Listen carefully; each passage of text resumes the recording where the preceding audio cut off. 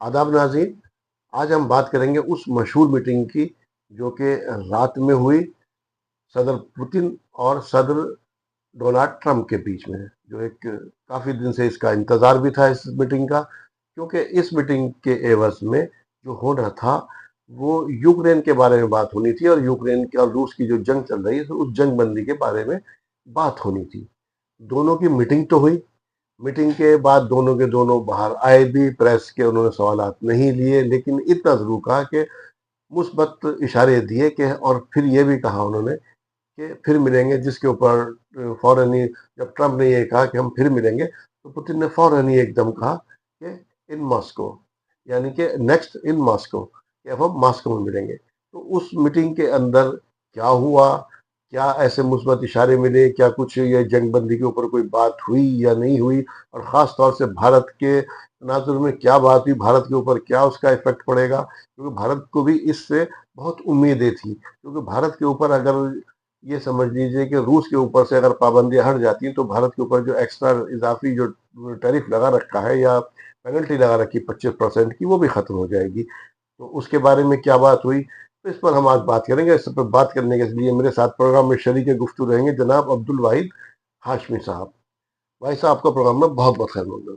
बहुत बहुत शुक्रिया जी। भाई साहब, जैसे कि मैंने कहा, इस मीटिंग का बहुत ज़बरदस्त तरीके से लोगों को इंतज़ार भी था, और रात मीटिंग भी हुई, और ये 3 घंटे मीटिंग चली है, 6 घंटे ये लोग वहाँ रहे आपस में, दोनों के दोनों। और जिस वक्त वहाँ पर मीटिंग हो रही थी, उसके बारे में ये भी बताया गया कि दोनों के हाथ में एक एक सूटकेस था, जिसके अंदर न्यूक्लियर बटन भी था दोनों के बाद में, कि अगर कोई खुदा ना खास्ता कोई ऐसी बात होती, दोनों ने बटन दबा दिया, दुनिया को पूरा तबाही कर देंगे दोनों ही दोनों। लेकिन फिर भी एक मुस्बत इशारे दिए, और कुछ लोग कह रहे हैं कि इस मीटिंग के जो मीटिंग है उससे विफल हो गई, या कि बेकार हो गई है, एक नाकाम हो गई, और इसके अंदर कोई मुस्बत नतीजा या कोई नतीजा निकलने ना उम्मीद है ना निकला। सबसे पहले तो आप इन दोनों की मुलाकात को किस तरह से देखते हैं? ये मुलाकात जो है एक एक तरह से आप मानिए इसको कि एक अहम पेशरफ्त है। जी। अहम पेशरफ्त इसलिए है कि जो हम देख रहे हैं इस वक्त दो फ्रंट खुले हुए हैं। एक फ्रंट है गजा का, फलस्तीन, और दूसरा जो है फ्रंट है वो है यूक्रेन का। जी। अमेरिका और पूरे यूरोप को सबसे ज्यादा जिस फ्रंट ने मुतासिर किया है वो है यूक्रेन का फ्रंट, जी। क्योंकि उसमें पूरा नाटो इन्वॉल्व है, पूरा यूरोपीय यूनियन इन्वॉल्व है, उसके अंदर आसपास के सारे ममालिक इन्वॉल्व हैं। और सिर्फ आसपास के ही नहीं, बल्कि एक तरह से पूरी आलमी मईशत मुतासिर है उससे, जी। और उस पर उसके असरात हैं, और ये पूरी दुनिया जानती है। इसलिए सबकी नज़रें इस मीटिंग पर थीं जी। कि इसका आउटकम क्या होता है। देखिए, कई बार ऐसा होता है कि इस तरह की जो मुलाकातें होती हैं उसको एक चीज़ बोलते हैं कि आइस को जो है उसको मेल्ट डाउन किया जाए, बर्फ या पिघल। किसी भी तरह से बर्फ पिघले। तो अब ये जो है, तो ये एक मेल्ट डाउन की शुरुआत हुई है, आगाज हुआ है उसका। और ये है कि जब आदमी आपस में बैठता है, बातचीत करता है, तो उसी से रास्ते खुलते हैं। तो उम्मीद रखनी चाहिए कि जैसा पुतिन ने कहा, जैसा आपने बताया कि भाई नेक्स्ट मीटिंग जो है मॉस्को में होगी, तो उम्मीद रखनी चाहिए, और ये एक पॉजिटिव जो है इंडिकेटर है कि भाई अच्छी चीज़ है कि ये दोनों मिल रहे हैं, और उसके बाद देखिए क्या आउटकम होता है। तो नेक्स्ट मीटिंग पे नज़र रखनी चाहिए, लेकिन ये एक अच्छी जो है हाँ, जैसे कोशिश है ये। जब ट्रंप ने जी इसके बारे में कहा कि हम फिर मिलेंगे, तो जब जैसे फौरन ही पुतिन ने उसकी बात जी लपक जी लिया, जी, कहा बिल्कुल फौरन कि कहा था, लाइव था वो हाँ, टेलीकास्ट। जी जी। उसने मॉस्को के लिए कहा। लेकिन बहरहाल मुस्बत इशारे सब चीजें जिसके बारे में बात हो रही है, वो ही इसके अंदर मौजूद नहीं है, यूक्रेन। देखिए, यूक्रेन जो है वो जो है यूक्रेन को तो जिस वक्त व्लादिमीर जेलेंस्की की विजिट हुई थी व्हाइट हाउस में, और जिस तरह से उनकी एक तरह से आप समझ लीजिए कि तू तू मैं हुई थी भरी प्रेस कॉन्फ्रेंस के दौरान, तो उसके अंदर जो है डोनाल्ड ट्रंप और इनकी तो वहां पे एक वाजे इशारा मिल गया था जी। जेलेंस्की को भी, कि भाई अमेरिका जो है उनको एक हद से आगे जो है बर्दाश्त करने के लिए तैयार नहीं है, और कोई ऐसी डील होने वाली है जिसमें जेलेंस्की का रोल नहीं होगा। तो असल प्लेयर यूक्रेन नहीं है, यूक्रेन के मामले पे जंग चल रही है। जी। देखिए, यूक्रेन उसमें सिर्फ पार्टी किस लिए बन गया, वो जो नेटो के एक्सपेंशन का पार्ट हुआ इसलिए बन गया। तो यूक्रेन जो है वो असल लड़ाई यूक्रेन पे बजाहिर तो है अटैक, लेकिन ये असल लड़ाई जो है नेटो वर्सेस रशिया है। पूरी लड़ाई तो जो। इसलिए जो है, तो ये पूरी लड़ाई वैसी है, तो इसलिए यूक्रेन तो सिर्फ एक जो है आप समझ लीजिए कि नजर आने वाली चीज है, कि भाई बजाहिर लग रहा है यूक्रेन पे, बेसिकली वो नेटो नेटो वर्सेस रूस है। नहीं, वो तो हमने जी देखा, ये तो था यूरोपियन जी यूनियन, जी जी, नाटो, ये बिल्कुल सब सब वर्सेस, लोग हैं उसके सब अंदर वर्सेस इन्वॉल्व रूस हैं था। जी। लेकिन इस वक्त में सबसे बड़ी बात ये है, अगर ट्रम्प किसी चीज पे एग्री भी कर जाए, जैसे कि उसने कहा कि भाई जब बातचीत हुई तो अंदर से जो पुतिन ने कहा कि बेसिक्स क्या है, हमें जब तक जो उसका मूल सिद्धांत है उस जगह जड़ को नहीं पकड़ेंगे तब तक ये चीज जंग खत्म नहीं होगी इसमें। और उसने मूल चीजें क्या क्या बताई, उसने कहा कि नाटो के अंदर सबसे पहले शामिल करना है यूक्रेन को। दूसरा ये कहा कि जब अटैक हुआ तो नाटो फोर्सेस ने आकर के यूक्रेन और रूस का जो बॉर्डर है वहां पर आकर एक्सरसाइज की। रूस की मजबूरी बन गई थी, रूस ने ये तमाम तर चीजें कही उससे। जी जी बिल्कुल। लेकिन अभी भी एक बात और है, अगर आप यूक्रेन जेलेंस्की को भी निकाल दिए तो नाटो और यूरोपियन यूनियन वो अभी भी नहीं चाहता कि ये जंग बंद हो। वो अभी भी यही चाहता है कि वार कंटिन्यू रहे। तजाद जितने, है इसमें, इस हाँ, बात में तजाद है। तजाद इसलिए है कि अगर नाटो नहीं चाहता कि जंग बंद हो, वो क्यों नहीं चाहेगा कि जंग बंद हो? देखिए ऐसा है, हम ये मानते हैं कि एक आर्म्स इंडस्ट्री है जो कि चाहती है कि दिफाई आलात बने, उस पे भी बहुत बड़ी बड़ी कंट्रीज की इकोनॉमी बेस्ड है। लेकिन उसका मतलब ये सब नहीं है कि आप हमेशा के लिए जंग की सूरत हाल बनाए रखेंगे, क्योंकि उससे क्या है कि फिर दीगर चीजें मुतासिर वो होती हैं। मजबूत रशिया जैसे नहीं गैस चाहते। की जो है, नहीं, मजबूत रशिया जो है जंग से तो ऐसा नहीं है कि सिर्फ रशिया ही कमजोर हुआ है, जंग से नेटो के ममालिक भी कमजोर हुए हैं। और असल चीज क्या है कि देखिए वो जो मईशत है उसके अंदर आपको देखना होगा कि इसमें डिफेंस का पार्ट कितना है, कितने परसेंट है।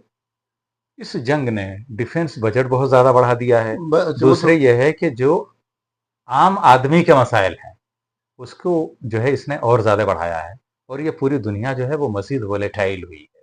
तो ये जो है तो इसलिए सिर्फ जंग को हथियार ये जमा करना चाहते हैं लेकिन यूरोप वाले। लेकिन ये ट्रम्प, छोटे मोटे स्कर्मिशेस चाहते हैं, छोटे मोटे कन्फ्लिक्ट रहें, लेकिन इतने बड़े पैमाने पर हो, डेढ़ डेढ़ दो दो साल तीन तीन साल जंग चले, तो ये जो है न तो नेटो चाहता है, न यूरोपीय यूनियन चाहता है, और ये रूस के भी मफाद में नहीं है, इवन अमेरिका के भी मफाद में नहीं है। अमेरिका ने बहुत सारी जंगें की हैं, तो मालूम है, तो ये जो है ऐसा नहीं है। अगर ऐसा होता तो ये दोनों क्यों मिल रहे होते? ट्रम्प ने, ट्रम्प में और बाइडेन एडमिनिस्ट्रेशन में बहुत फर्क है दोनों के अंदर। ट्रम्प ने जो कहा अभी, क्योंकि ट्रम्प अभी भी हमने जब देखा, वो बॉडी लैंग्वेज के अकॉर्डिंग भी पुतिन के मुकाबले ट्रम्प जो थे उसकी एक तरह से ऐसा लगा पुतिन हावी है ट्रम्प के ऊपर। और वो जो ट्रम्प ने कहा कि जो बातचीत से निकल करके आया, वो निकला कि ट्रम्प अभी भी डिसीजन लेने के लिए खुद कैपेबल नहीं है, कहीं ना कहीं वो नाटो से उन्हें बात करनी पड़ेगी और ईयू से या यूरोपीय यूनियन से, दोनों से बात करनी पड़ेगी जो नेक्स्ट मीटिंग होगी। और जो खास तौर से उसने फॉक्स न्यूज को जो इंटरव्यू दिया उसके अंदर ये कहा कि अब जेलेंस्की के बारे में कहा, उसके बारे में अगर वो कहेंगे तो मैं भी मौजूद होऊंगा। देखिए ऐसा है और जेलेंस्की भी इसके कि अंदर एक बहुत बड़ी ट्रंप का अब तक का जो कुछ रवैया रहा है, एटीट्यूड जो कुछ दुनिया ने देखा है, क्या आपको लगता है कि ट्रंप सबको बिठाएगा, मशवरे करेंगे उसके बाद?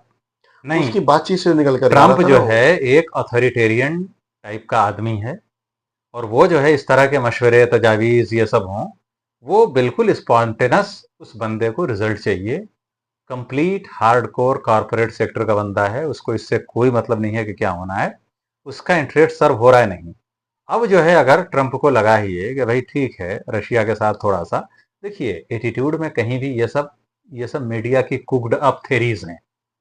बिल्कुल भी कहीं से कहीं तक ऐसा नहीं लगा कि ट्रंप झुक रहे हैं या फिर झुक गए हैं।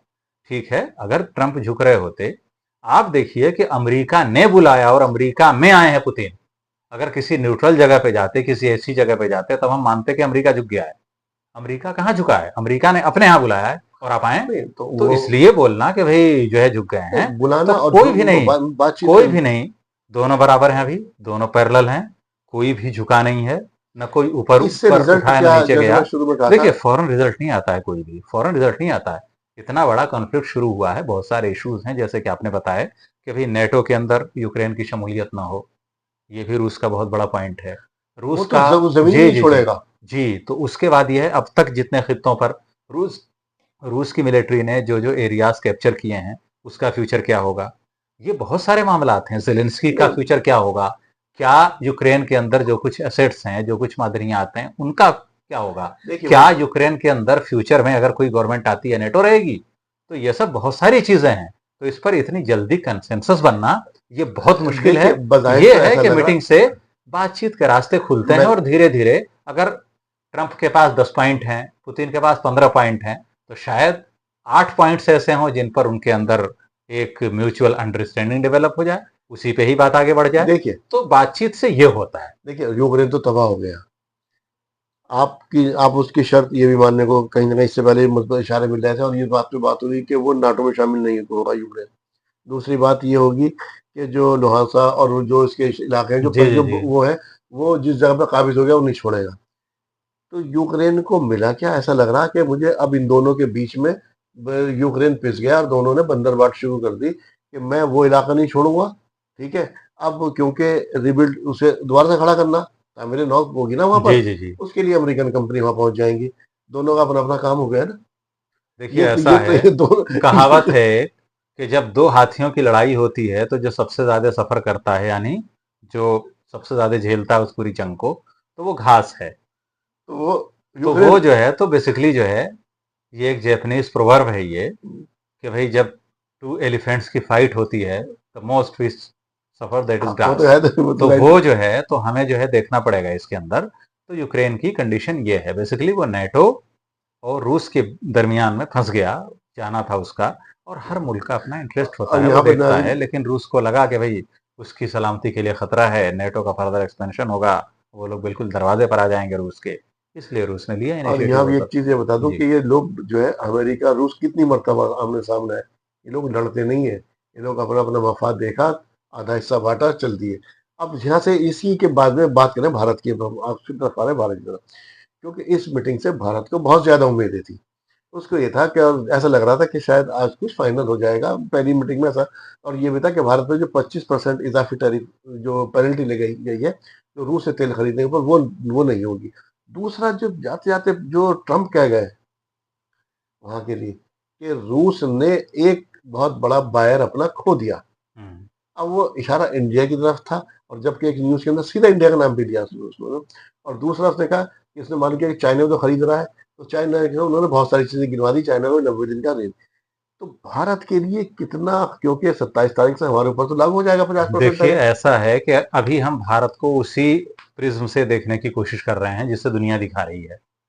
रूस का भारत की डील, ये सब वो सब मामलात नहीं है, वो मामलात कुछ और हैं जिसको हम इस तरह से एक मीडिया फोरम पे या पब्लिक डोमेन के अंदर डिस्कस नहीं किया सकता। नहीं उसके बहुत सारे रीजंस हैं, पसे से पर्दा। और उसके जो है ये जो एक चीज कही जाती है भारतीय मीडिया में कि भाई पर्सनल रिलेशनशिप थी ट्रंप से, वो कहीं ना कहीं कुछ पर्सनल जो है, कुछ इस तरह की चीजें हैं लेकर के, जो प्रेजेंट पॉलिटिकल लीडरशिप है भारत ट्रम्प की। ने, हाँ, उससे जी, उससे तो कोई ये रूस नाराजगी, बहाना है। और नाराजगी वो है। जी, नाराजगी कहीं और है, रूस तो बहाना है। रूस नहीं होगा तो आगे ईरान आ जाएगा, और ईरान नहीं होगा तो कुछ और आ जाएगा, फिर कुछ और बहाने हो मतलब जाएंगे। मतलब असल जो है मामला कुछ और है। भारत से जी, नाराजगी ना होके हैं एक, कवाकिब कुछ हाँ, नजर आते हैं कुछ। लेकिन तो ये फिलहाल रूस वगैरह इफेक्ट, जो है। तो इफेक्ट तो जी, भारत के ऊपर पड़ रहा है। आप सोचिए, देखिए इफेक्ट। मैं बताऊं आपको, सही कहा उसने। भारत के प्रधानमंत्री ने, वजीर आजम ने कितना लाल किले की फसील से चिल्ला कर कहा भारत अपने हित के आगे को समझौता नहीं करेगा, हम रूस से तेल खरीदते रहेंगे। आपको मालूम है, जो हमारी 4 पेट्रोलियम कंपनी है उन्होंने तेल खरीदना बंद कर दिया। साफ कहा, इंडियन गवर्नमेंट हमें बताए कि हमें तेल खरीदना, ये नहीं करना, क्योंकि हमारे ऊपर सेक्शन लागू हो जाएंगे, सेक्शन लागू हो जाएंगे तो फिर हम गल्फ से भी तेल नहीं खरीद सकते। देखिए ऐसा है कि इस तरह के बयानात आए थे, और उसके बाद खुद भारतीय वजारत खारजा और जो मिनिस्ट्रीज वगैरह हैं, ऑयल मिनिस्ट्रीज वगैरह, उनका फिर क्लेरिफिकेशन आया, उसमें आया कि ये जो मीडिया के अंदर रिपोर्ट्स आ रही हैं कि हमने बंद कर दिया है, ख़त्म कर दिया है, ऐसा कुछ नहीं है। हम अपना नेशनल इंटरेस्ट देखते हुए कदम आगे बढ़ा रहे हैं। तो अभी इसका अभी मतलब ये फिलहाल है तेल, कि हाँ, हाँ। इस तरह से बोलना कि भाई जो है फौरन ऐसा हो जाएगा, ये सब हो जाएगा, तो ये सब चीज़ें इतनी जल्दी नहीं होती हैं। इंटरनेशनल सिनेरियो के अंदर, इंटरनेशनल अफेयर्स के अंदर ताल्लुकात फौरी तौर पर इवॉल्व नहीं होते, उसके अंदर वक्त लगता है। जी। नाज़रीन, तो देखना होगा आने वाले वक्त में कि कम से कम अगर ये महाज बंद हो जाता तो फिर हम दूसरी तरफ भी देखेंगे, क्योंकि इस महाज के चक्कर में यूक्रेन और इसके बारे में, और ट्रंप और पुतिन के बीच में एक मज़ा है जो कहीं खो सा गया उसके बारे में। या और जो दुनिया के अंदर हमने और भी जंगें देखी हैं और जो मसाइल देखे, खासतौर से टैरिफ और यूक्रेन और रूस के बीच में, उसकी तरफ से ध्यान लोगों का हट गया है। एक और भी दूसरी तरफ है अफ्रीका कॉन्टिनेंटल, हम उसके ऊपर भी बात करेंगे इंशाल्लाह। यकीनी तौर पर, और ख़ास तौर से सबसे पहले हम गज़ा के बारे में बात करेंगे कि वो जंग बंद होगी, नहीं होगी, क्या होगी, या ये पूरी दुनिया को उसके तरफ से आँखें बंद कर दे, और उनके जैसे इस वक़्त हम कई न्यूज़ में बहुत कमी के साथ देखते हैं गज़ा के बारे में। इस वक़्त छाया हुआ क्या है सबसे बड़े फ्रंट न्यूज़ पर? आपका टैरिफ और यूक्रेन और रूस जंग बंद होगी या नहीं होगी? तो इस पे इंशाअल्लाह ताला अगले किसी वीडियो में हम बात करेंगे। फिलहाल प्रोग्राम में शमूलियत के लिए भाई साहब का तहे दिल से शुक्रिया। बहुत बहुत शुक्रिया। नाज़रीन, इसी के साथ अपने मेज़बान को भी दीजिए इजाज़त। आदाब।